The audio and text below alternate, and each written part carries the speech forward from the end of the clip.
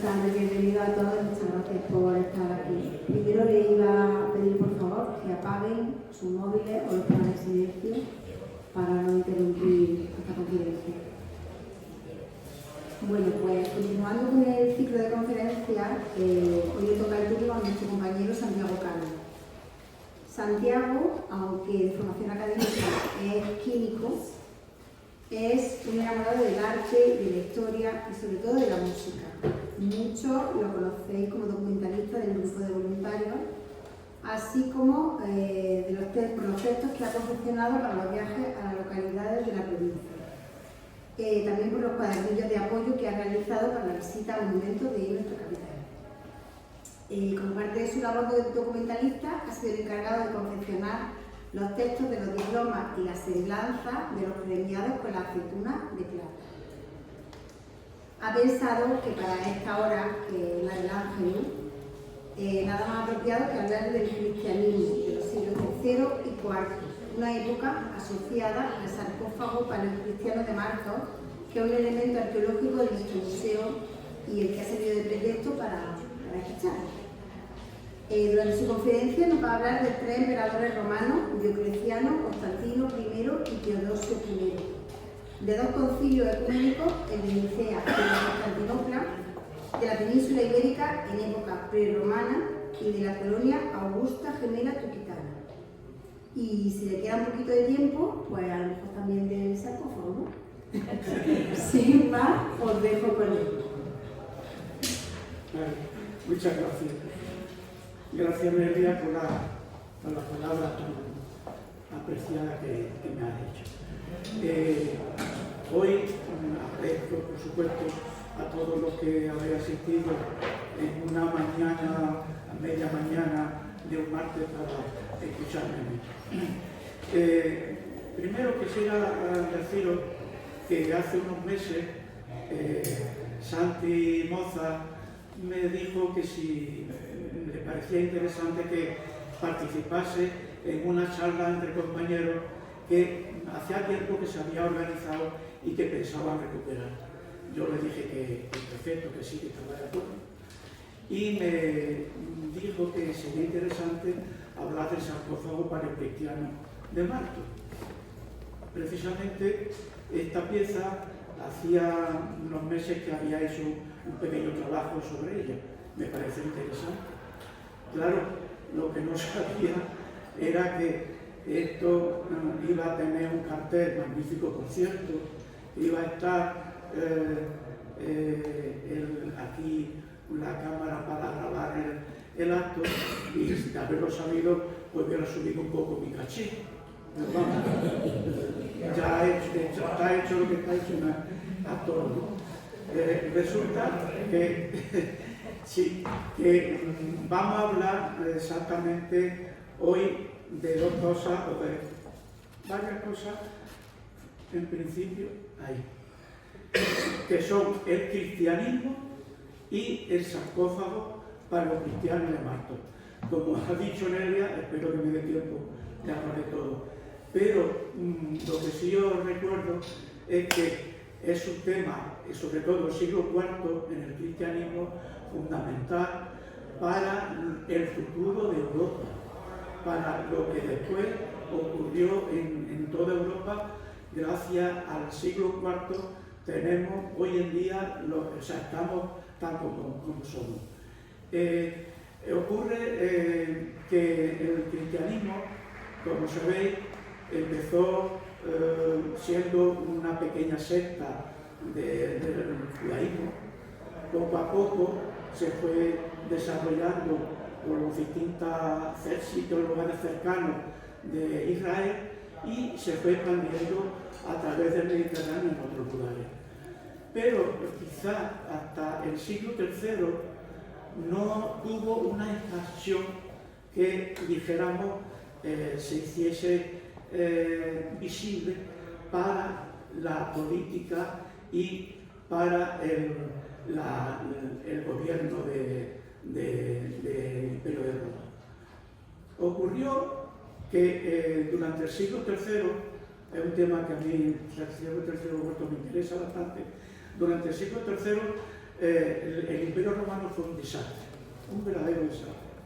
En principio, en la historia se conoce como la crisis del siglo III. Durante 50 años hubo más de 25 emperadores que no eran legítimos, porque llegaba un general que tenía un cierto poder y decía, bueno, pues me llamo emperador.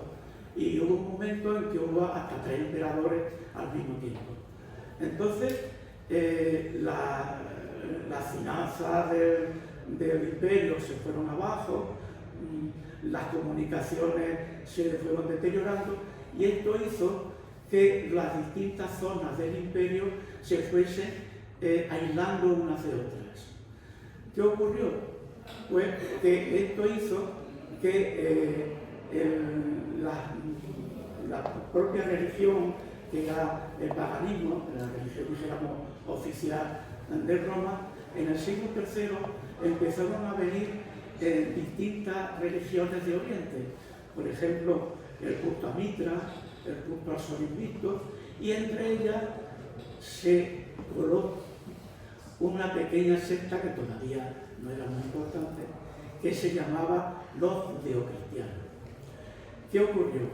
Pues que esta secta, ya no es una secta, vamos a llamarle una nueva doctrina. En principio era una secta, pero se independizó.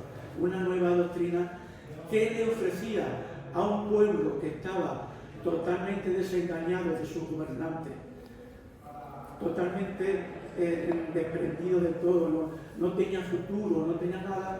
Entonces vio en esta nueva religión una posibilidad de salvación, y además, como dice el gran Antonio Piñero, gratis. O sea, le ofrecía una vida eterna que otras religiones no se le ofrecían, y como consecuencia de ello fue empezando a conseguir más adeptos.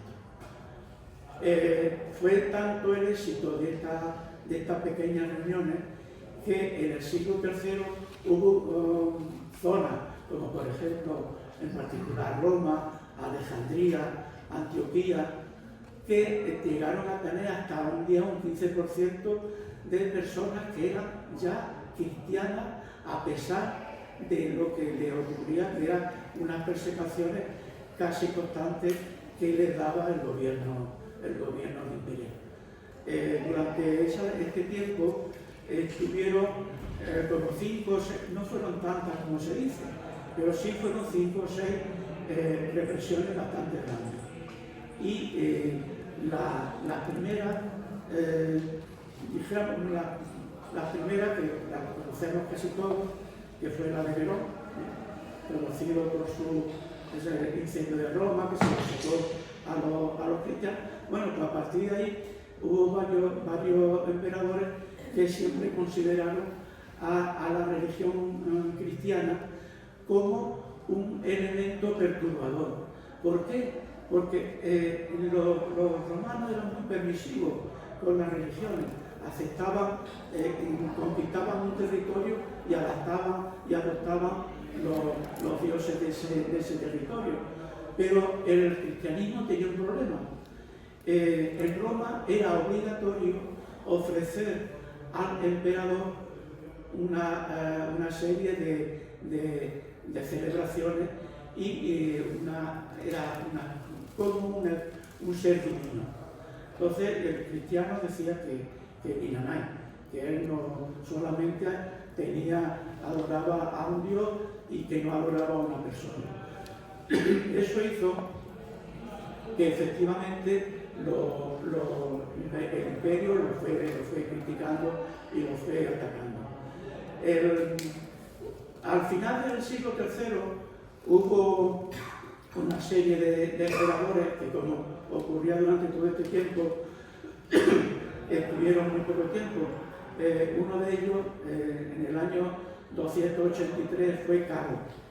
Caro fue un emperador, ya le dijéramos, de los que estaban...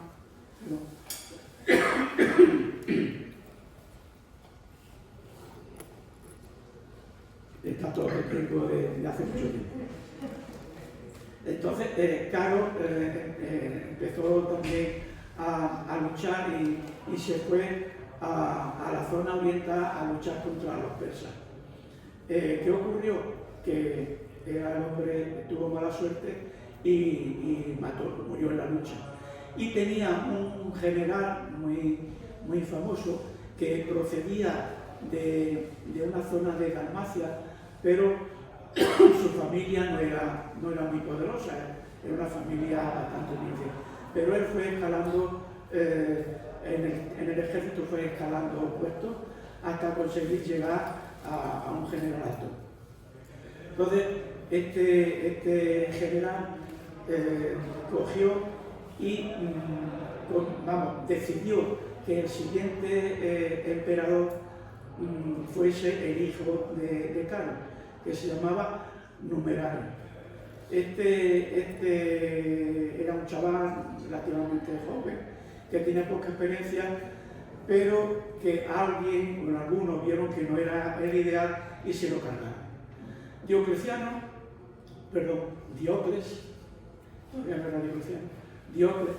consiguió descubrir quién había sido las personas responsables de la muerte del emperador. Entonces lo vengó. Como consecuencia de ello, las tropas que estaban a las órdenes de Diocleciano lo nombraron emperador. Otra vez, Diocles, porque se llamó Diocles. Entonces, cuando consiguió ser emperador, se cambió el nombre y es conocido, uno de los más conocidos, que fue Diocleciano. Diocleciano, la gente cuando lo nombraron emperador, pues ya pensaba que iba a ser algo parecido a lo que había ocurrido durante todos los siglos. Pero él se dio cuenta de una cosa muy importante, que el imperio era ya tan grande, que era imposible que una sola persona lo gobernase. Entonces pensó en reorganizar todo el sistema administrativo y militar, porque resulta que estaba todo mezclado. Bueno, vamos a comentar un poco el tema del cristianismo. Como hemos dicho, aquí he puesto un mapa del Mediterráneo, los pueblos y las zonas donde estaba más implicado el cristianismo. Como podréis observar, existía mucho más en la zona oriental, lógicamente por ser Israel el sitio más cercano, y ahí tenemos toda la zona de Grecia, los Balcanes, lo que era el Asia Menor y la zona de Siria. Algo en Egipto, algo en el sur, bueno, bastante en la zona de Cartago, en el sur de África, y un poco en España, en Galia y en Bretaña. Los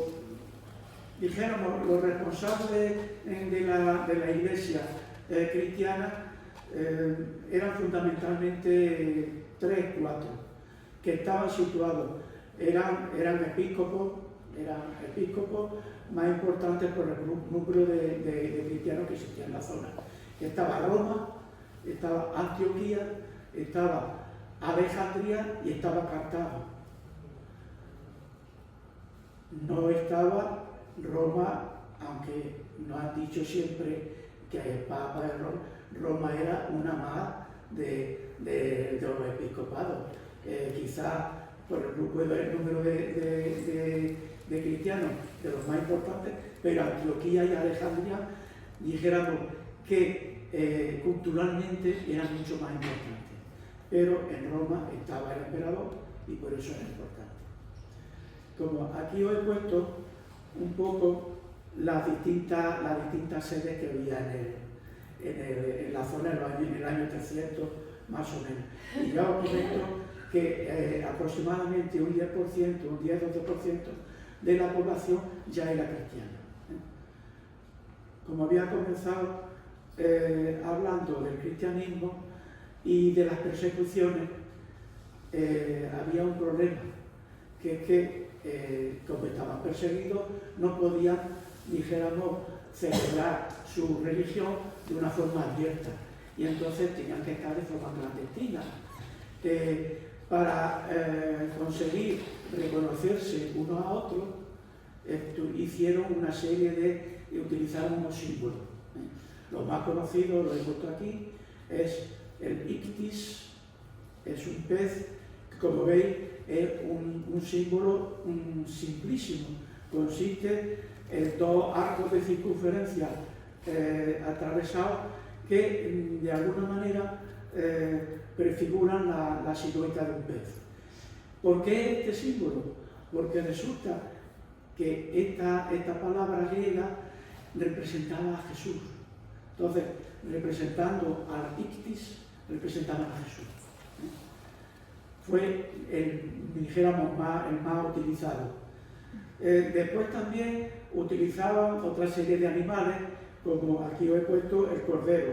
El cordero ya venía de la zona de Israel, de Judea. O sea que el cordero pascual era un símbolo muy utilizado. Pero en el caso de los cristianos representaba también a Jesús. Representaba a Jesús y al sacrificio en la cruz. Entonces era un elemento también en el cual los cristianos se habían reflejado. Otro símbolo era la paloma. Esta paloma significaba la inocencia, significaba el espíritu limpio, y era un símbolo también muy utilizado. Ya en el Antiguo Testamento la paloma se estaba utilizando, y en el Nuevo Testamento posteriormente se convirtió en el símbolo del Espíritu Santo, con lo cual estaba todo ya mucho más fácil. Os quiero hacer una advertencia.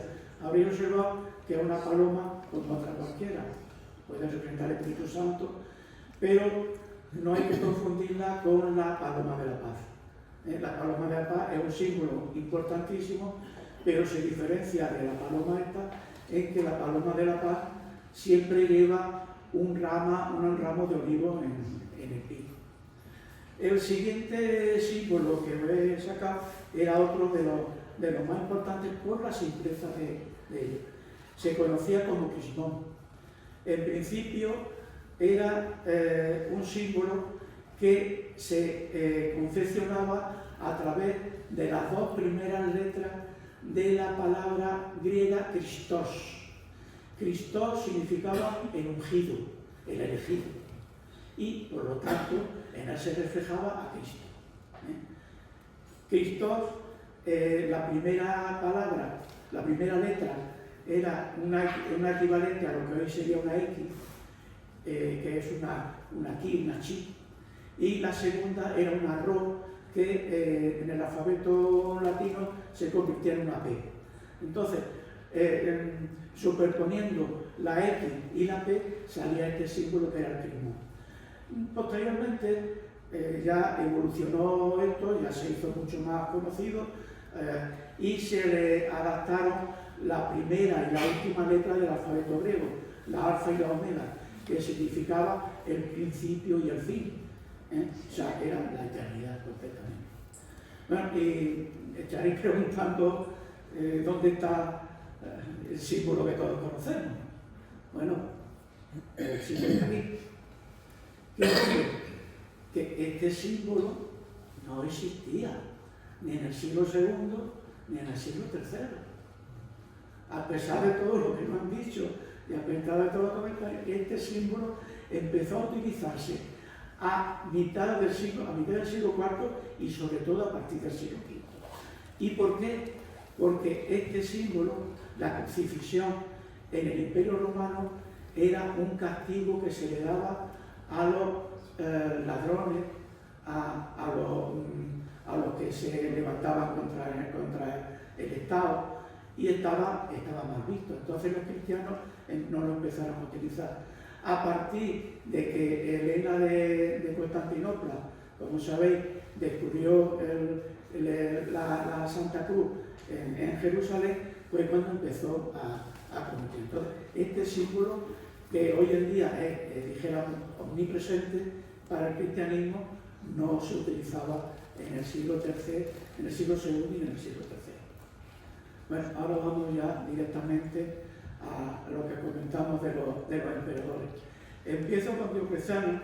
Como veis, aquí aparece el año en que comenzó siendo emperador y el año en que terminó siendo emperador. Observaréis que hay 21 años de diferencia entre uno y otro. No era normal. Los emperadores duraban muy poco, como hemos dicho.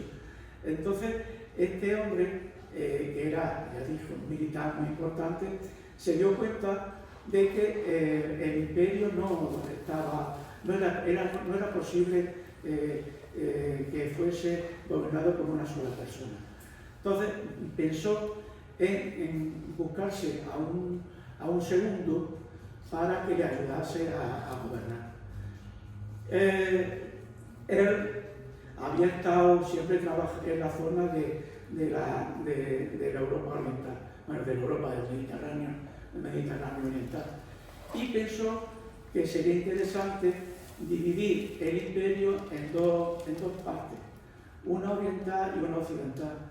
Entonces, él se quedó con la parte oriental y en la parte occidental pensó en una persona también que fuese de su gusto. Y pensó en Maximiano, que mira por dónde era su yerno. Pero bueno, era cosa del momento. Entonces, Maximiano aceptó el cargo y se dividieron el imperio. Se dieron cuenta también de que había un problema que administrativamente era interesante, se hicieron muchas reformas, pero claro, militarmente las fronteras estaban siempre atosigándolas los bárbaros, los persas, los pictos en Escocia, en fin, una serie de personas que hacían que fuese necesario otro elemento más militar, que fuese militarmente más adecuado para el trabajo que se necesitaba en esta frontera. Entonces, aparte del cambio que hubo en la administración, decidió hacer lo que se conoce como tetrarquía. ¿Qué consistía? Consistía en que los emperadores de Oriente y de Occidente, que se llamaban Augustos, no emperadores, se llamaban Augustos, decidieron que tenían que estar como máximo 20 años en el poder.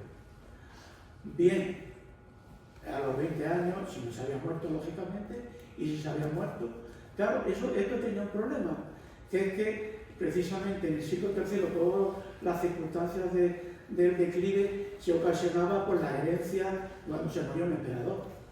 Entonces ellos pensaron que la única forma de solucionarlo era nombrar un heredero, que le llamaron César. O sea, ellos eran Augusto y los herederos eran César, que seguían poco a poco aprendiendo, dijéramos, el oficio de emperador, y les serviría también de apoyo para el tema de la guerra. Entonces, este hombre, como veis aquí, separó los servicios civiles de los servicios militares, amplió la burocracia. ¿Qué supuso esto? Esto supuso que los gastos aumentaron. Consecuencia de ello, subió los impuestos. Los que vivían en la zona de la península itálica no pagaban impuestos y les puso impuestos. Solamente la excepción fue Roma. En Roma no se daba los impuestos. Creó la tetrarquía ya después de darse cuenta de que no era posible gobernar una sola ciudad, no con la tetrarquía. Reorganizó la división del imperio. La tetrarquía, que estaba, como hemos dicho, estaba formada por dos Augustos y por dos Césares, que eran los sucesores, la dividieron en una serie de unas divisiones mucho más pequeñas, y esta a su vez la hicieron en unas divisiones mucho más pequeñas, por lo cual la organización y la gestión del imperio fue mucho más elegante. Bueno, finalmente, como otro de los emperadores, Este hombre, al final de su tiempo de gobierno, bueno, no es que él el que le suplió, pues hizo una de las últimas gracias sobre los cristianos, aunque después, dijéramos, se arrepintió. Aquí os he puesto la tetrarquía, como he dicho, dos Augustos. En la parte de Occidente estaba Maximiano, que tenía dos sedes. Una en Milán. En Milán empezaba a ser una ciudad importantísima. Casi llegó en ese momento casi más importante que Roma. Milán y Roma. Y tenía Diocleciano, que se quedó con la parte más brillante del imperio, de la parte oriental, tenía su sede en Nicomedia, una ciudad que estaba en lo que era en Asia Menor, lo que hoy es Turquía.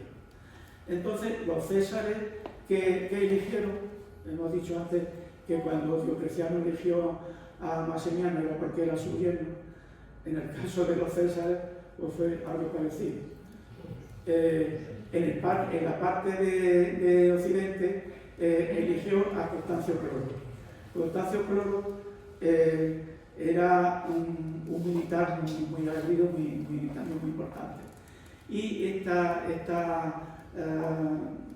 Cesarea tenía dos capitales, una que estaba en York, en la zona de Britania, y otra que estaba en Treven, que era un territorio que está entre Alemania, hoy entre Alemania y Francia. Y en la parte de Oriente, Diocleciano eligió a otro militar que se llamaba Valerio, que había sido ya también un personaje importante con los dos últimos emperadores que había. Entonces, este eligió como ciudad importante Tesalónica. Aquí os pongo las cuatro prefecturas porque tanto los Augustos como los Césares tenían un territorio definido. O sea, eran independientes relativamente, pero siempre había uno de ellos que era, dijéramos, el primus inter pares, ¿no? Pero cada uno tenía su territorio independiente. Como veis, en la parte de la Cesarea estaba la zona en verde, que era la zona de Constancio, la zona amarilla. Ahí. La zona amarilla era de la zona de Maximiano, la zona azul era de Galerio y la zona roja, ¿no veis? La más grande, la más importante, era de Diocleciano. Entonces se dividieron en cuatro prefecturas. Estas prefecturas, a su vez, se dividieron en 12 diócesis. Diócesis en ese momento eran, dijéramos, definía otra cosa muy distinta de lo que es hoy. Por ejemplo, tenemos la diócesis Hispaniolum, la diócesis itálica, la diócesis gálica, la diócesis de Asia, la diócesis de África. En total fueron 12 diócesis. Y la diócesis Hispaniolum, a su vez, bueno, se dividieron también, estas diócesis se dividieron en provincias. Pasaron de 40 y tantas provincias que había, pasaron a casi 100. Entonces, en la diócesis Hispaniolum, peninsularmente, siempre habían existido, antes de Diocleciano, habían existido 3 provincias, que eran la Gran Tarraconense, la Bética y la Lusitania. Pero en la reforma de Diocleciano, la Tarraconense era muy grande y a su vez se dividió en 3, que fue la Nueva Tarraconense, la Cartaginense y la Galecia, escrita Galecia. Pero la diócesis de Hispaniolum era más que la península y que Baleares, porque tenía toda la parte del sur, de lo que hoy es el norte de Marruecos. Se llamaba Mauritania Tingitana.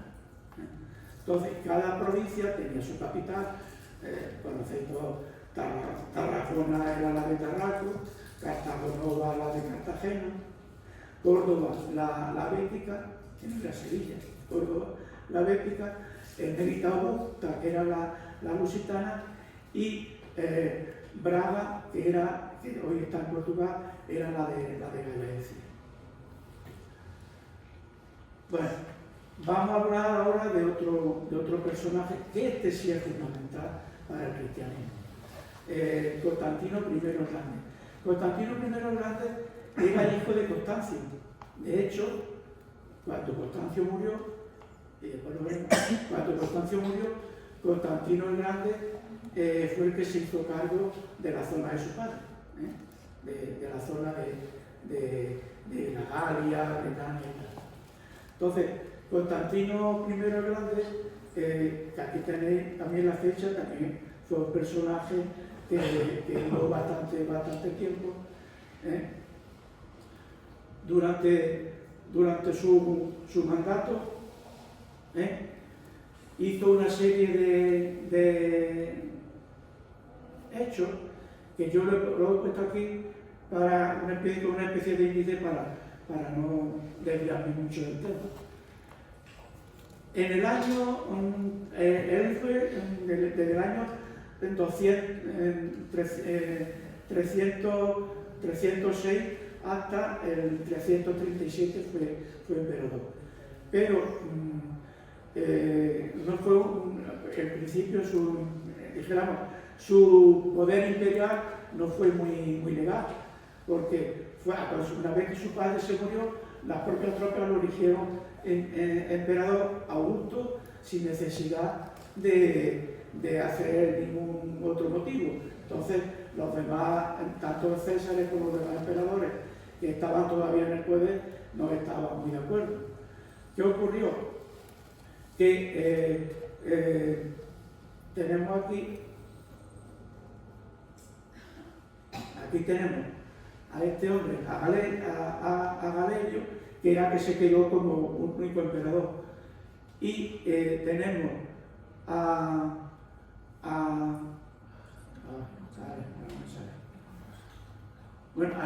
hijo de Masimiano, que es muy importante después, al hijo de Masimiano se hizo con el poder en la zona de Italia y de África.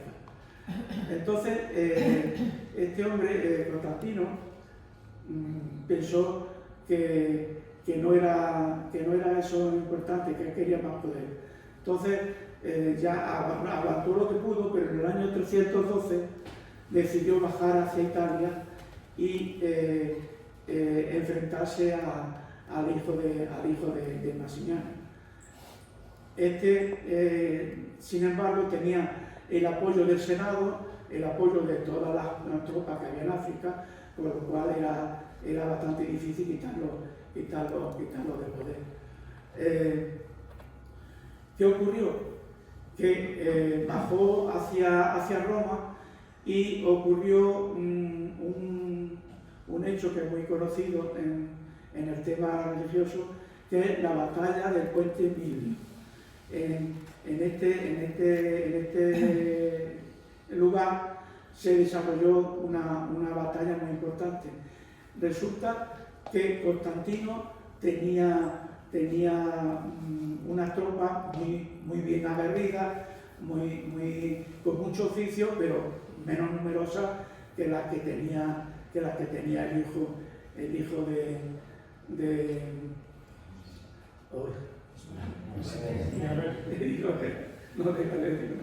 Masimiano, el hijo de Masimiano. Galerio era de la parte oriental, el hijo de Masimiano. Entonces hubo una lucha y por circunstancias que los historiadores de la época nos han hecho creer, aquí ya interviene otra vez el cristianismo. Según Eusebio de Cesarea, en la víspera de la batalla, unos dicen Dios, otros dicen Jesús, Cristo, en fin, uno de ellos, no, con esto no quiero decir nada, que se acercó, en sueño le dijo que si colocaba un símbolo entre las tropas que tenía, ese símbolo le ayudaría a vencer. Lógicamente, Constantino hizo caso y las crónicas dicen que era una cruz, he dicho que en esa época la cruz no existía, fue el crismón. Entonces mandó dibujar el crismón en todo el tema de las tropas, de sus tropas, y gracias a eso consiguió ganar la batalla. En realidad, lo que ocurrió es que Constantino era mucho mejor militar, mucho mejor gobernante que su propio padre. Entonces, pues sí. ¿Qué ocurrió? Que las crónicas cristianas, sobre todo Eusebio de Cesarea, dice que esto fue una guerra entre los paganos y los cristianos. Nada más lejos de la realidad. Esto fue una lucha para el poder del imperio. Posteriormente, efectivamente, Constantino, que en principio era una persona pagana, a pesar de que su madre, que era Helena de Constantinopla, era cristiana, él era más bien pagano. Entonces, en principio no estaba ni a favor ni en contra de los cristianos, pero se ha vendido como que fue la lucha entre el paganismo y el cristianismo. Efectivamente, sea cierto que como Constantino ganó la batalla, fue mucho más clemente con los cristianos, y los cristianos empezaron ya a tener un poder mucho más grande dentro del imperio. Al cabo de un año ya se puso en contacto. Bueno, Constantino, no lo he dicho, Constantino se quedó con la parte occidental, y Licinio, que era el heredero de Oriente, se quedó con la parte oriental. En principio se llevaban muy bien, y en el año 312 se juntaron los dos en Milán. He dicho antes que Milán era una ciudad bastante interesante.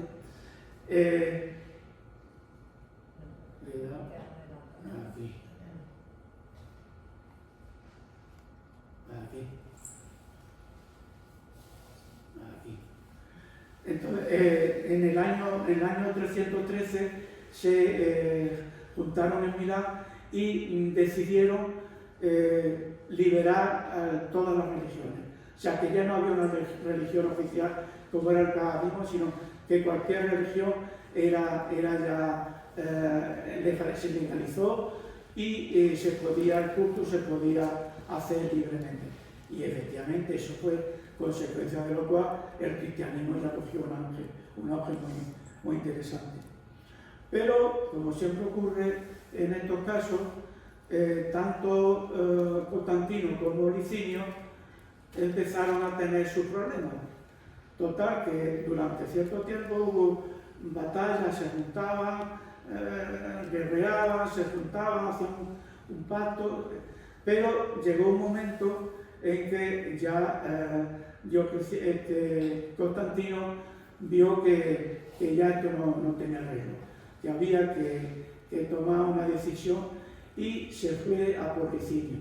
Entonces, Constantino, que estaba en Occidente, Licinio estaba en Oriente, cogió las tropas, se las llevó a Oriente, y en el año 324, derrotó a Licinio.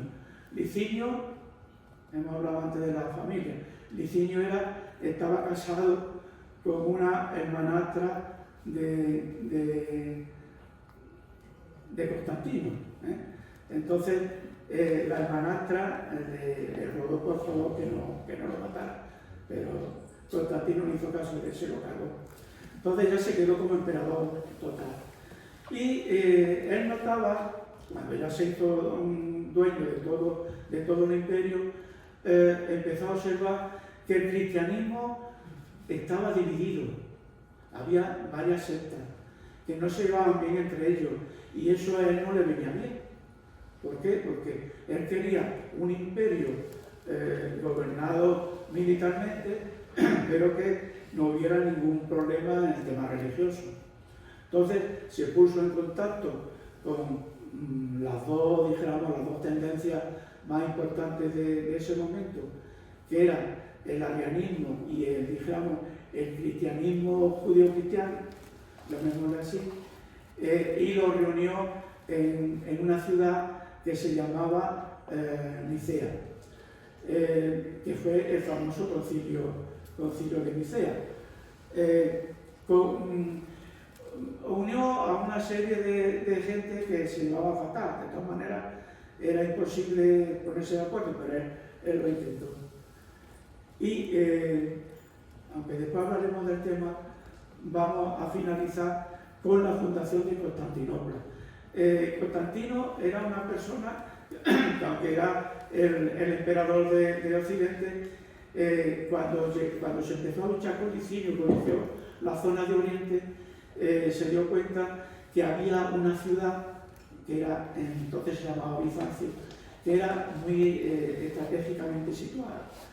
Pensó en trasladar la ciudad de Roma, la capitalidad, a esa zona de Bizancio, que la nombró como la Nueva Roma. Entonces esta ciudad ya fue, aunque Roma seguía siendo importante, la capitalidad del imperio pasó a Bizancio, con el nombre de Nueva Roma. Constantinopla se conoció, o sea, le dieron el nombre después de muerto Constantino. Bueno, pues aquí os he puesto un poco lo que ocurrió en el concilio de Nicea. Los participantes fueron, en principio estaban citados casi 1000 obispos, pero por circunstancias de la distancia y por una serie de circunstancias solamente llegaron a ser entre 250 y 300 obispos. Pero el Papa no pudo existir porque era mayor, y entonces el principal obispo que participó en el concilio de Nicea fue Osio, que era obispo de Córdoba. Un obispo que estaba trabajando con el Papa y fue, dijéramos, el que llevó la gestión del concilio. Otro de las personas importantes fue Eusebio de Cesarea, y en la parte, dijéramos, arriana, estaba Arrio, lógicamente, y estaba Eusebio de Nicomedia. También había un que era Atanasio, que no era obispo, y era, dijéramos, un firme defensor de la teoría de la Trinidad, de la Santísima Trinidad, cosa que Arrio no la aceptaba.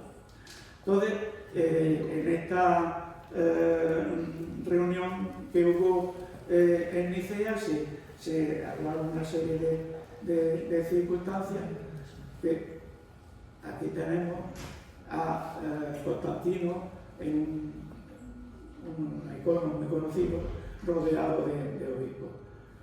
En el concilio de Nicea fue el primer concilio ecuménico mundial. O sea, hasta entonces no se habían realizado concilios locales, reuniones locales, pero este fue el primer concilio universal. Se definió el tema de la divinidad de Cristo, porque Arrio decía que sí, efectivamente, Dios era Dios, Jesucristo era el Hijo de Dios, pero Jesucristo no era Dios. Entonces, ahí se planteaba el dilema. Claro, en la Santísima Trinidad se decía que eran consubstanciales el Padre y el Hijo. O sea, aunque era un monoteísmo, eran dos personas, en este caso dos personas, y un solo Dios. Arrio no lo entendía así y hubo una controversia. Entonces, tanto Arrio como Eusebio al obispo Eusebio de Tesalónica consiguieron, los deportaron, lo echaron, y el concilio decidió la Santísima Trinidad tal como la conocemos hoy. Pero lo más importante de este concilio fue la formulación del credo niceno. En el credo niceno, que más o menos es el que tenemos hasta ahora, el credo niceno sentó las bases de lo que iba a ser el futuro del cristianismo. No había un problema que, como hemos dicho antes, las distintas sedes episcopales tenían creencias bastante variadas, y una de ellas era el tema de la Pascua de Resurrección. La Pascua de Resurrección, en principio, se celebraba contra los judíos, pero claro, los cristianos decidieron que eso no podía ser. Entonces tenían que pensar en otra fecha distinta de la Pascua judía. Y en el Concilio de Nicea decidieron que la Pascua de Resurrección se celebrase el primer domingo siguiente a la primera luna llena de la primavera. Por eso hoy, como sabéis, tenemos la Semana Santa que varía de un año para otro. Aquí se me ha equivocado un poco esto y al final me sale lo que quería decir en el siguiente. Bueno, ya os hemos comentado el tema de Constantino, que fue muy importante para el cristianismo, pero claro, durante el siglo IV hubo una serie de emperadores que, bueno, aceptaban el cristianismo, no aceptaban el cristianismo. El arrianismo siguió funcionando y hubo emperadores que siguieron con el paganismo, en fin, que hubo una mezcla de tendencias religiosas. Pero al final del siglo IV tenemos a Teodosio I.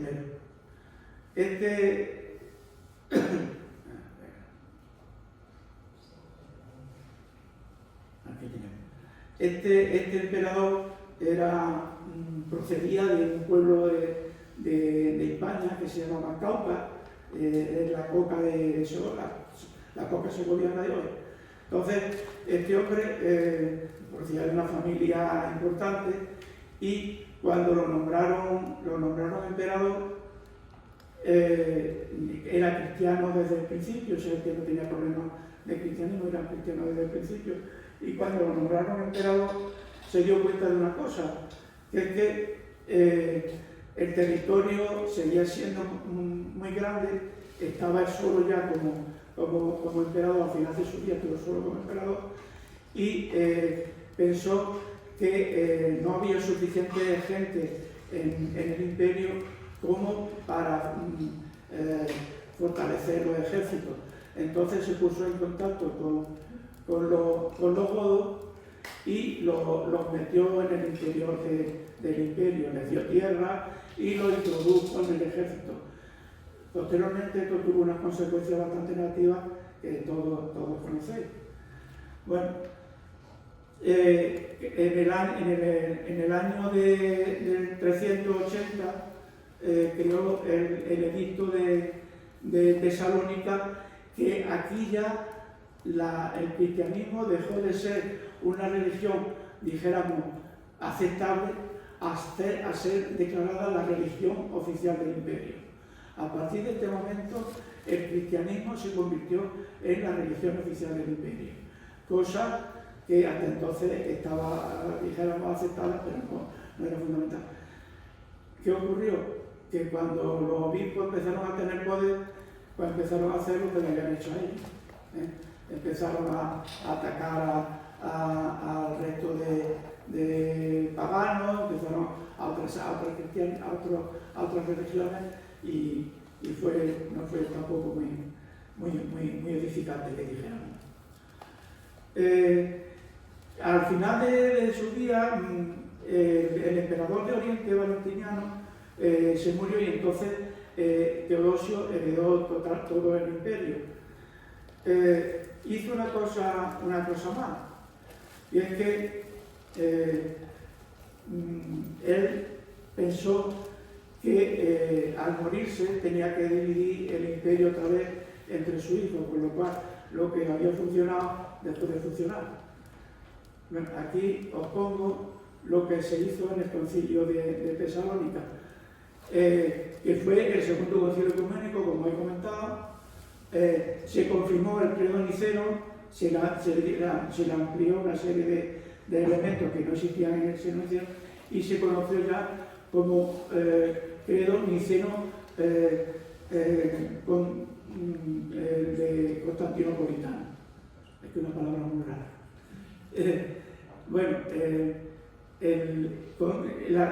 El arrianismo pues, definitivamente ya lo descartaron, rechazó otra serie de herejías como el marconianismo y el apollianismo. Estas eran sectas que se habían producido durante el siglo IV, en la cual el primero decía que efectivamente que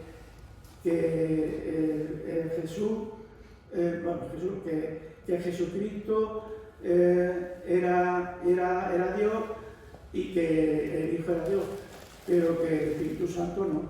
El Espíritu Santo no le valía. Entonces, claro, lógicamente una herejía y también la desecharon. Y había algunas más, pero todas ellas ya fueron desechadas. Aquí tenéis, he puesto también una figura que aparece en una iglesia de Bulgaria, en la cual se ve a Teodosio rodeado de los obispos. Bueno, yo no sé cómo se pondría esto, bueno, da igual. Es que se me pone la última, va a salir después y me pone antes. Entonces, ahora, dejando ya lo que hemos comentado del tema de los emperadores, vamos a irnos ya directamente al tema de España. Entonces, y sobre todo a la zona del sur de España y concretamente a lo que actualmente es la provincia de Jaén. Aquí, en la diapositiva, veréis, esto era tal como estaba la zona sur de España en la época prerromana, con una serie de tribus. Estaban los túrdulos, estaban los oretanos, estaban los bastetanos Jaén siempre estaba dividida entre los túrdulos, los oretanos y los bastetanos.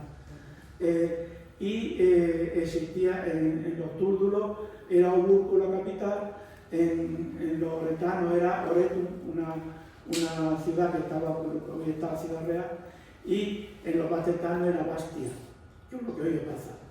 Pero en la provincia de Jaén teníamos, pongo aquí, en los túrdulos estaba Iporca, que era como se llamaba en aquella época, y Tuqui, que era el Basto. En la zona de Oretania estaba Oreto como capital y como pueblo importante estaba Cástulo. Y en la zona de Bastetania estaba Bastia, que era la capital, y Mentesa Bastia, que era la zona de Jaén. Bueno, esto no sé, pero vamos a hacer. Vamos a hablar ahora un poco dijéramos, del sarcófago y de Tuqui. Tuqui era, como se conocía Marto en la época romana.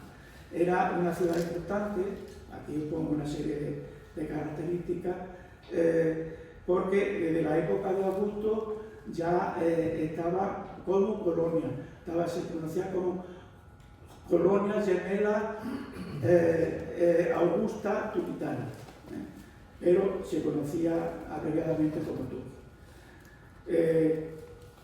Aquí pongo que hoy en día no hay muchos restos, dijéramos físicamente, de edificación y de tal, pero sí existen bastantes restos arqueológicos. Entre ellos tenemos la epigrafía romana, que los que hemos estado en Marto hace poco, la veríamos en la zona del ayuntamiento, en una terraza del ayuntamiento. Tenía una basílica, lógicamente era obispado, basílica, tenía un templo dedicado a Hércules. Era sede episcopal, era una de las 3 sedes episcopales que había en ese momento en la provincia de Jaén, que era Tuqui, Cástulo y y Mestensa. Eran las tres sedes episcopales. Y Liturgi no aparecía entonces, por entonces. Entonces, vamos a hablar ya, que me ha dado tiempo. Sí. Me ha dado tiempo. No sé. Bueno, ya estoy, no me habéis. Sí, bueno. Sí. Era Javi. Sí, vale. Vamos a hablar del sarcófago de Marta. Es que tengo el problema que se me mezcla la historia con el sarcófago. Como veis, el sarcófago de Marto está formado por una serie de escenas, son siete en total, de las cuales están separadas por una serie de columnas. Entonces, aquí tenéis la fotografía. Vamos a pasar. Dice, yo lo que he consultado, se comenta que pudo ser del siglo finales del tercero, principios del cuarto, pero hay ya estudios más detallados que dicen que exactamente este sarcófago se tuvo que construir posteriormente al Concilio de Nicea. Bueno, el sarcófago, me gusta siempre comentar, cuando fuimos hace un par de años, en la época, cuando nos explicaban el tema de la arqueología, cuando nos enseñaron el sarcófago de Marto, a mí se me ocurrió preguntarle a Paqui Horno qué significaba sarcófago. Y me dijo, Santiago, muy fácil, significa comedor de carne. Comedor de carne, efectivamente. Y tú metes un cadáver en un sarcófago y al cabo del tiempo desaparece la carne, que no se queda. También efectivamente son de carne.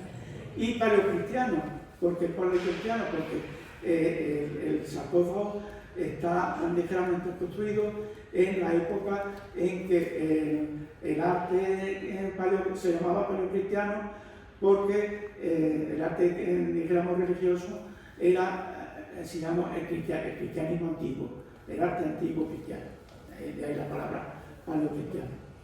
Entonces, fue descubierto en el año 1896. ¿Cómo fue descubierto? Pues resulta que había un molino en una zona donde estuvo el antiguo mercado de abasto, que se llamaba el Llanete. Entonces ahí había un horno, una especie de horno, y estaba relacionado con la basílica, por lo que se ve estaba edificado sobre la basílica de Tuqui. Dijéramos, la persona que adquirió el molino, era un molino, ¿no? La persona que adquirió el molino, resulta que empezó a hacer una serie de reformas, y entre ellas quiso hacer un aljibe, y al hacer el aljibe se dieron cuenta de que abajo había un elemento, lo descubrieron y resulta que era el sarcófago. La dueña se llamaba Josefina Castilla, pues se quedó con el sarcófago y lo tuvo durante un tiempo.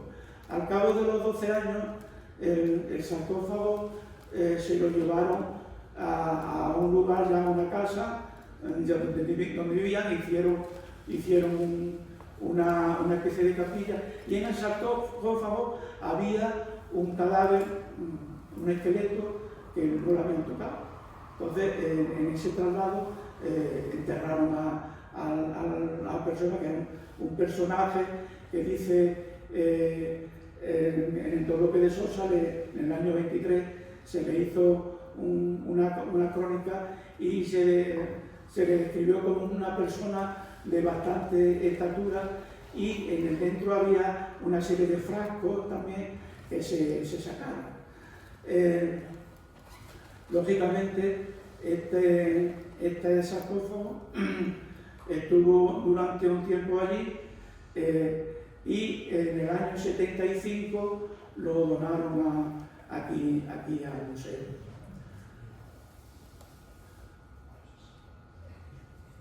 Si miramos, bueno, algunas las veremos, otras no. Hay escenas del Antiguo Testamento y escenas del Nuevo Testamento. Las escenas del Antiguo Testamento son la escena de Jonás y la escena de los tres hebreos. En la parte correspondiente al Nuevo Testamento son siete escenas correspondientes a milagros y a hechos de Jesús.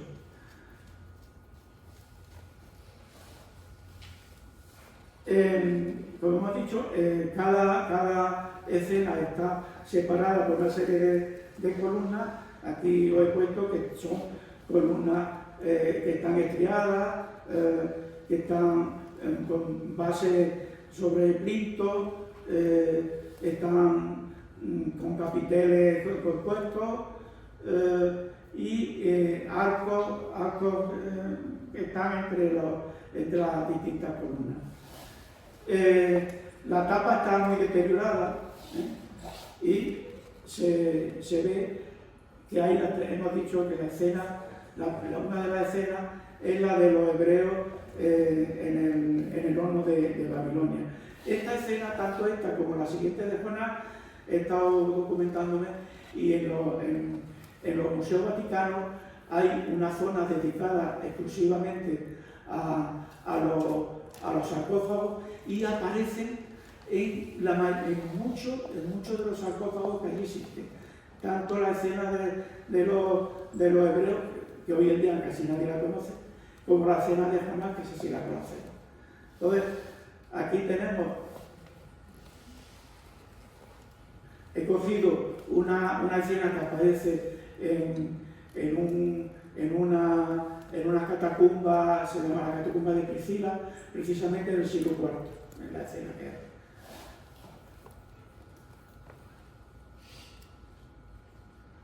Aquí, como no he encontrado fotos de la tapa, he puesto una escena en la que se aparece Jonás depositándose en la costa de Nínive. Bueno, pues como vamos de tiempo, ya me sé. Vamos a ir rápidamente.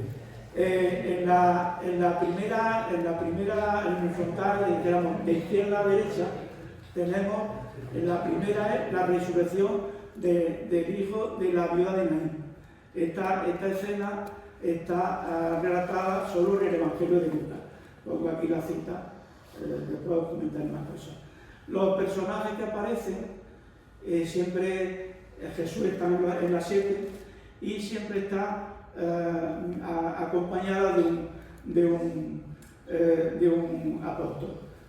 Algunas veces el apóstol tiene barba, otras veces el apóstol no tiene barba, pero siempre aparece. Y el motivo de la escena está en la parte inferior, muy pequeñito. En este caso aparece en la parte inferior, como veis, en la parte inferior derecha aparece una especie, que es una momia, que en el caso del sarcófago le falta la cabeza. En la siguiente imagen tenemos la curación del ciego de nacimiento. Y aquí aparece solo en el Evangelio de Juan. Como veis, son escenas que están relacionadas con el tema que después os comentaré. ¿Por qué se dice del ciego de nacimiento? Para dar énfasis de que efectivamente cuando Jesús le devolvió la vista, estaba de nacimiento, no había sido un accidente ni una circunstancia, sino que había sido de nacimiento. En la siguiente, aquí aparece el apóstol barbado, Jesús lógicamente, y en la parte de abajo, como veis, en pequeñito el ciego de nacimiento que está tocándole la túnica a Jesús. Siempre en las tres primeras escenas que veamos, Jesús aparece a la izquierda y el apóstol acompañante a la derecha. La siguiente es la curación de la hemorroides. esta escena también es muy reiterativa en los sarcófagos. No lleva a comprender por qué, pero es muy reiterativa. Entonces, aquí aparece en los 3 evangelios sinópticos, Marcos, Mateo y Lucas. Y los personajes que aparecen son...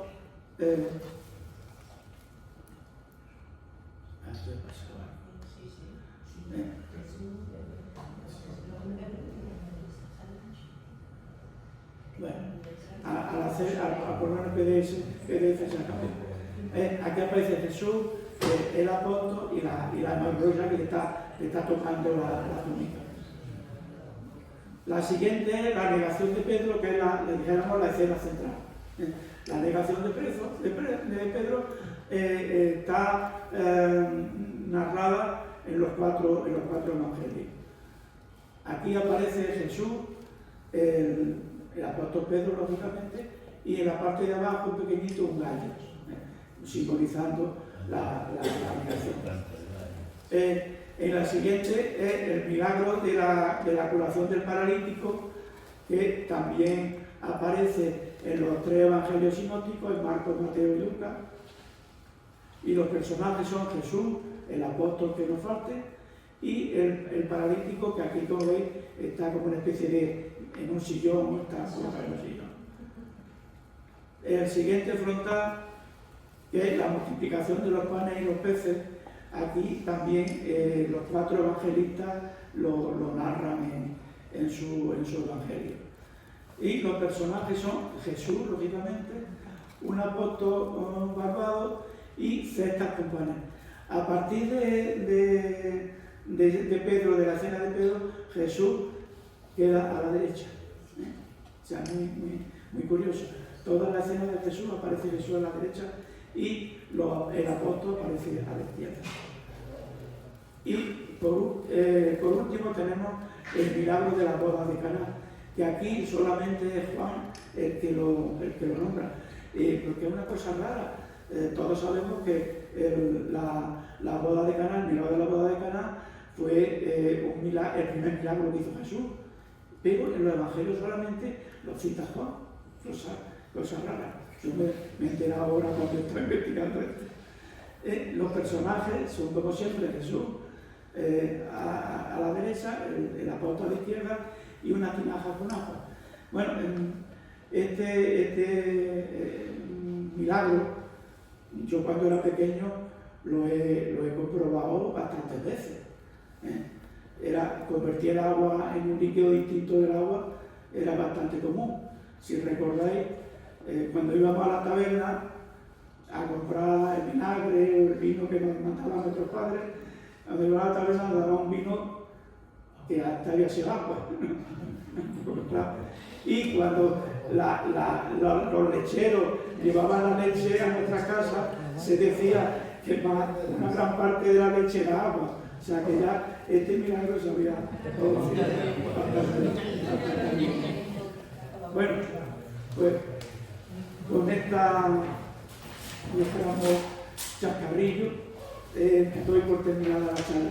Sí os quiero decir que como me daba cuenta de que tanta información no cabía en el tema que se me había ocurrido usar, he hecho un cuaderno para que esté interesado. Bueno, un cuaderno tiene 40 páginas, pero el que lo quiera está muy bien explicado todo lo que hoy no he sabido explicar. ¿Por qué? Porque la información es tan amplia que cada uno de los personajes, tanto emperadores como concilios, hubiera necesitado de una conferencia independiente.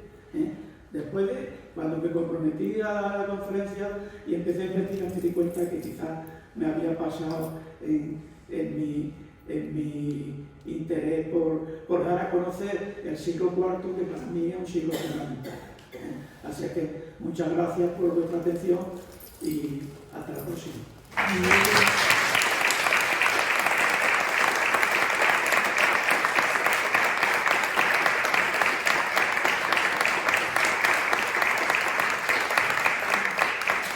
Quiero dar las gracias a todos los asistentes a nuestro director y al museo por su colaboración y su apoyo, y por supuesto a Santiago por la magnífica referencia que nos ha dado. Y quiero darte un pequeño detalle para que te quede un recuerdo de nuestro... Está bien. Magnífica referencia. Un poco...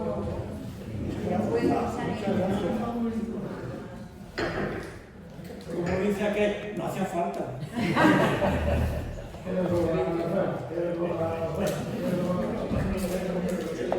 Porque era me dice que no veis que la ves.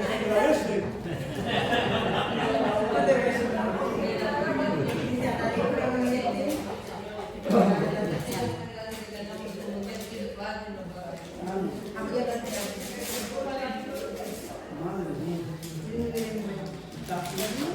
Ahí. Y ahora esto es también.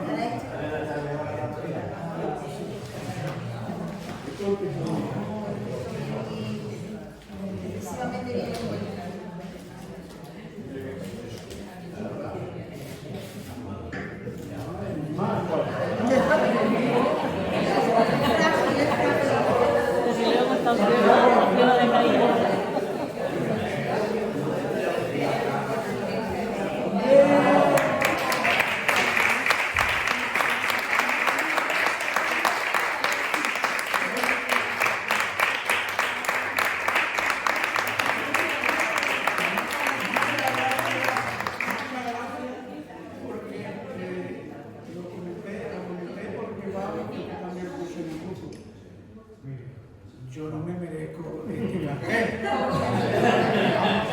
Este cartel es para un profesional como la que comprime. Increíblemente me encantó. Yo no sé, como yo no sé hacer estas cosas, me hubiera gustado, la verdad me parece, no sé si Juan Antonio me lo ha hecho. Sí, es Juan Antonio. Así que gracias, Juan Antonio, por este gusto en el cartel. Bueno, pues ya soy más famoso. Gracias.